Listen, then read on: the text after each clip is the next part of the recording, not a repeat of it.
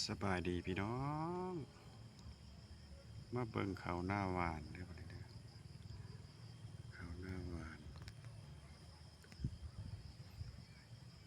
มีแต่เท่านี้ปะเบิ่งกลางคืน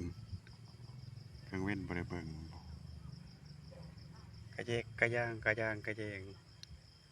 บ่นี่บ่ได้เกี่ยวแล้วบ่นี่เนาะมาบ่นี่ก็จุ่มหนึงพุ่นก็จุ่มหนึงแล้วก็จุ่มหนึงโอ้หวานอะไรนี่พี่น้องเอ้ยบ่อนออกบ่อนบ่ออก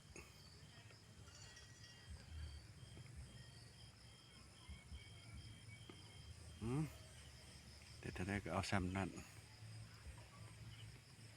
วานได้7 วัน1 อาทิตย์บ่เห็นเลยพี่น้องเลย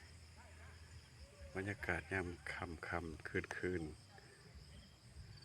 ซ้ำนี่เลยเนาะพี่น้องเนาะขอบุญขอบคุณขอมกขอบใจเด้อพามาเบิ่งเขาหน้าหวานยามค่ำคืน